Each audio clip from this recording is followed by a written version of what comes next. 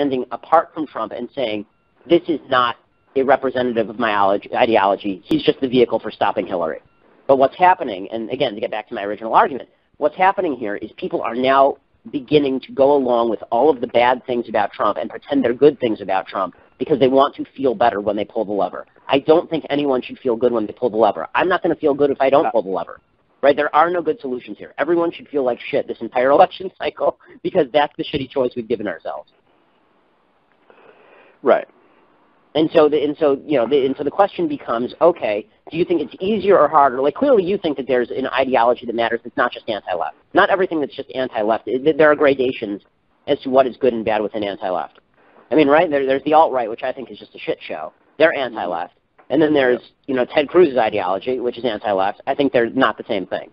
Right. Whoever runs the anti-left movement, that's the party that it's not enough for me to just say I'm against the left. It's also, what do I want? What do I think is going to, in the end, defeat the left? And I don't think what's going to defeat the left is Trumpism. I think that Trumpism is half leftism. Oh, it is. It is. It is. So my argument is that I guess the real question is, how significant, and I think this is what it comes down to, how significant do you think the threat is to a decent ideology that Trump is the leader of the Republican Party? If you don't think the threat's that significant, if you think that he can be president, that he'll just be, kind of a shit show for 4 years, and then there's a future for the Republican Party that moves back toward a better ideology and toward people who aren't complete clowns and all this, then you say, okay, fine, well, he's a black swan candidate, but and I don't like him very much, I'll vote for him, and then things will kind of go back to normal. I fear that this is something beyond that. I fear that there's a cult of personality that is now generating a move to Trumpism that is very much akin to what the Democratic Party did with Barack Obama in 2008, where it went from a very, very left, terrible party to a radical, almost, they've now moved to Bernie Sanders land. And even the Democratic Party, which was terrible and was already starting to move this way, they've moved so far to the left radically because of Barack Obama, because they bought into this and because it was successful. And I think that success tends to breed loyalty to an ideology that's bad. And the proof is George W. Bush. You mentioned it yourself, right? I mean, the fact is that for years and years, even after Bush left office, Republicans felt the obligation to defend all the crappy things that Bush did, in the process damning themselves to the minority. This is what happens when leaders take over parties. Right. Somebody mentioned on Twitter, I thought this is a pretty good line by me, and I'll mention it because I'm brilliant, and my words should be known by many. But somebody said, he made sort of the argument you're making. He may have just come from reading your article, I don't know. But he said something like, Trump basically could be a Trojan horse, which will end up redefining conservatism for a generation. And I responded, I don't know if rewriting an intellectual tradition is high on Donald Trump's to-do list. And I think he does a lot of things unconsciously. I don't think that. Right, but I also the party is not going to be Donald Trump. Everybody kind of knows, including the liberal media, that Trump is an outlier. That he is a black swan. And so while it's certainly true that some of what, yes, obviously Donald Trump would have some effect if his policies turn out to be popular or whatever, big caveat is for him to have any there's not really a huge Bush the First legacy because he turned out to be unpopular in the end, right? I don't know. See, I disagree with this a little bit. I mean, Herbert Hoover was wildly unpopular and a terrible president. I think if this looks like the Hoover presidency, we're living it down for 80 years. We still get hit with Herbert Hoover. Right? And Herbert Hoover's policies looked a lot, at least on trade and taxes, looked a lot more like Trump's than H.W.'s did. Like bad presidents cripple, or at least are used as weapons against ideologies for years. And so my view is, how's Barack Obama doing? I don't know if I buy that. Cause I think we're now. I used to think that politics, that the success or failure of a presidency was determined by the non-political facts. Were you at peace and did you have prosperity? And that's how people would gauge whether or not that president was successful. Because all the ideological stuff like overturning or reimposing the Mexico City ban and shit like that shit that gets done in the first 10 days, I could do that with a pen stroke. But what really determines whether or not you're successful is, did you keep the nation protected and did you keep it prosperous? Barack Obama has now been at war for 7.5 years and has delivered a grindingly miserable economy. And yet I think we're kind of past whether or not you've delivered good facts. It is now purely ideological. Not purely. I don't think it's purely ideological. I think it's purely identity driven. And I think there's some crossover. But I think that Obama's politics is an identity politics of the new sort, and he proved it in 2012 when he lost on the ideas and won on the identity. The identity question. I think Trump's doing that, and he's doing it from the opposite side, which is why. Okay, well, let me ask you this. Let me ask you this. A cynic would say that unfortunately is where we're going, and someone who's not quite so cynical but kind of agrees with the cynic in this way is that if the entire left is going to turn into nothing but an identity politics, give me deliverables for my tribe shit show, then don't you have to erect a defensive bulwark of people going, no, you're not getting my shit, and the people who are outside those, in other words, doesn't the creation of such a powerful racist movement within one party necessitate a defensive coalition against it in the opposite? I mean, can we really just go, well, we're going to pretend that stuff doesn't really exist? Or do we have to say, no, we have to start defending? We have to, I think see what happened with Milo Yiannopoulos at DePaul, listen, they did the same thing to me at Cal State LA. Oh, I saw that. But they didn't actually slap you, did they? Did they go that far? No, they didn't. They didn't get in the room with me. They were beating up all the students who were trying to get in. They locked you in the room. They wouldn't let you in the room. Right? Exactly. Yeah. So now there's two questions: the political question and the moral question, right? So the moral question is white nationalism the proper response to racial tribalism on the left? On the moral level, I say no, right? I mean, I reject that outright. Look, I'm going to say no to both questions, but at the same time, you have to be cognizant that you're not part of the coalition, the quote coalition of the ascendant. You're not in that group.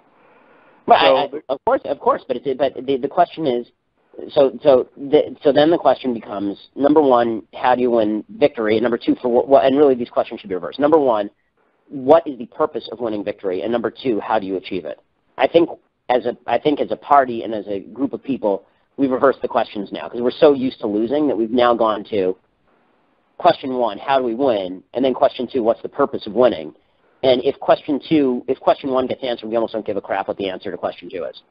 Right. Okay, so we win, and then we get a president who takes us toward the cliff slightly slower, but he's popular, but he puts us back behind the economic 8 ball, and he grows government, and he re-enshrines the idea that government's supposed to pay for everything. I mean, we've got to. It all comes back to that same question: how much damage is Trump going to do to the conservative movement, or if there is a conservative movement? What should that look like? Let me throw in one. You almost have me on the never Trump bandwagon now, except for judges. And don't tell me you don't know which judges Trump would appoint, because the thing is, which judges Hillary would appoint. You know that part of the. So you can't every bad argument about Hillary Clinton I accept. I'm not going to be intellectually dishonest, right? Hillary will appoint. But even conceding, yes, what you're talking about, Trump is going to essentially bless the expansion of the government, and he's of the Bill O'Reilly quote unquote conservative faction where, we got to do something. We got to get to there's something happened somewhere in Scarsdale, New York. We need a government program to do that. We can't have these ruffians, He's going to have that kind of reactive, he's Michael Bloomberg, except much worse. However, on the question of judges, his picks may lean moderate liberal on the bad side, but could be conservative on the upside. I know where Hillary's are all going to be, right? Right. Okay. Here's my thought on, and again, this is a compelling argument. So here's my thought. Just for on the counter side for thought experiment purposes. Wow. One is the realistic answer, and the other is the other is sort of the role of the courts in our system answer. So the realistic answer is, do you really think that Donald Trump is going to fight for a conservative judicial nominee who's going to stop the encroachment of the left? I don't. The reason I don't is because he's going to be faced, in all realism, with either a Democratic Senate or a Democratic coalition in the Senate big enough to filibuster anybody he puts up, correct? Well, hold on. Well, let me object to that. First of all, I don't think he has to fight that much. I think what Obama has proven for 7.5 years, Obama has governed by the principle it is easier to beg forgiveness than to secure permission, and actually you don't even have to beg forgiveness. You just fucking do it, and you count on the American apathy to just get you by. That has been Obama's governing principle. I'll just do it. I won't apologize. I'll break the law, and I'll with executive orders, but not with judges, right? I mean, he can't get Merrick Garland by, even Obama can. Right, but I mean, when you say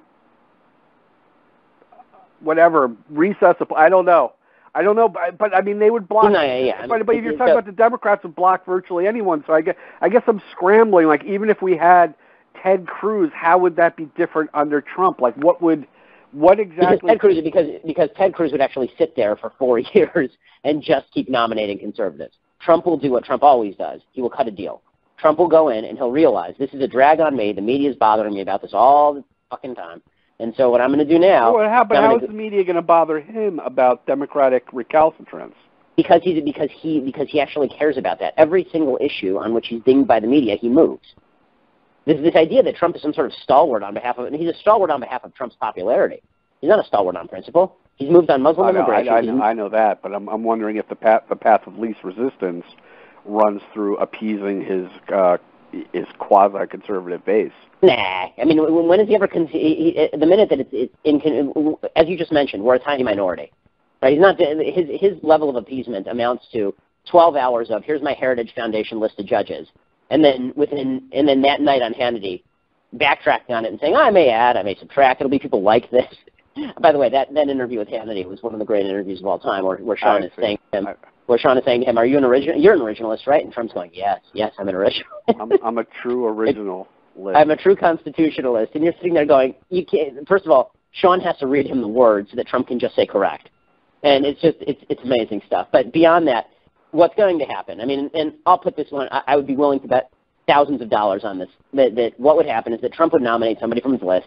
The Democrats would say no. He'd come back with a highly qualified, quote unquote, highly intellectual judge, like he says, without any conservative credentials. You get another stealth candidate, and it's David Souter. That I'd be willing to put in and this is coming from one of the few people in America who opposed John Roberts for the Supreme Court. So on this, I actually do have a pretty good track record. So, but that's the practical argument. Then there's the role of the government argument, the role of the Supreme Court argument.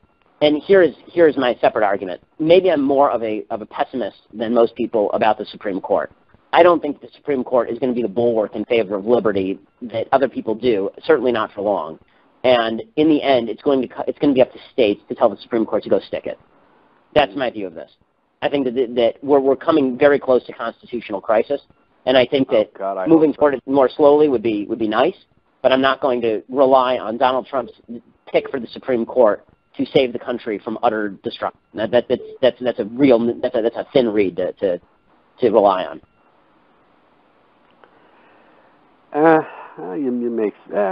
You make sense, and yet he would still be preferable to Hillary. I know Hillary. Again, I can't.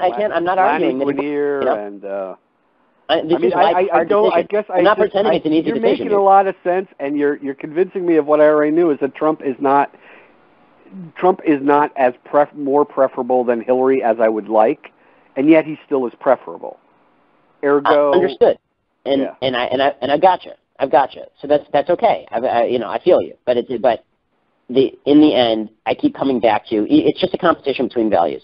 Do you think the risk of Hillary Clinton is greater or lesser than the risk that Donald Trump is going to permanently disfigure the conservative movement? No, I do think that the risk is greater, because I do think there is an element working here at what I call of being overproud, where people are like, well, I don't want Trump to represent me.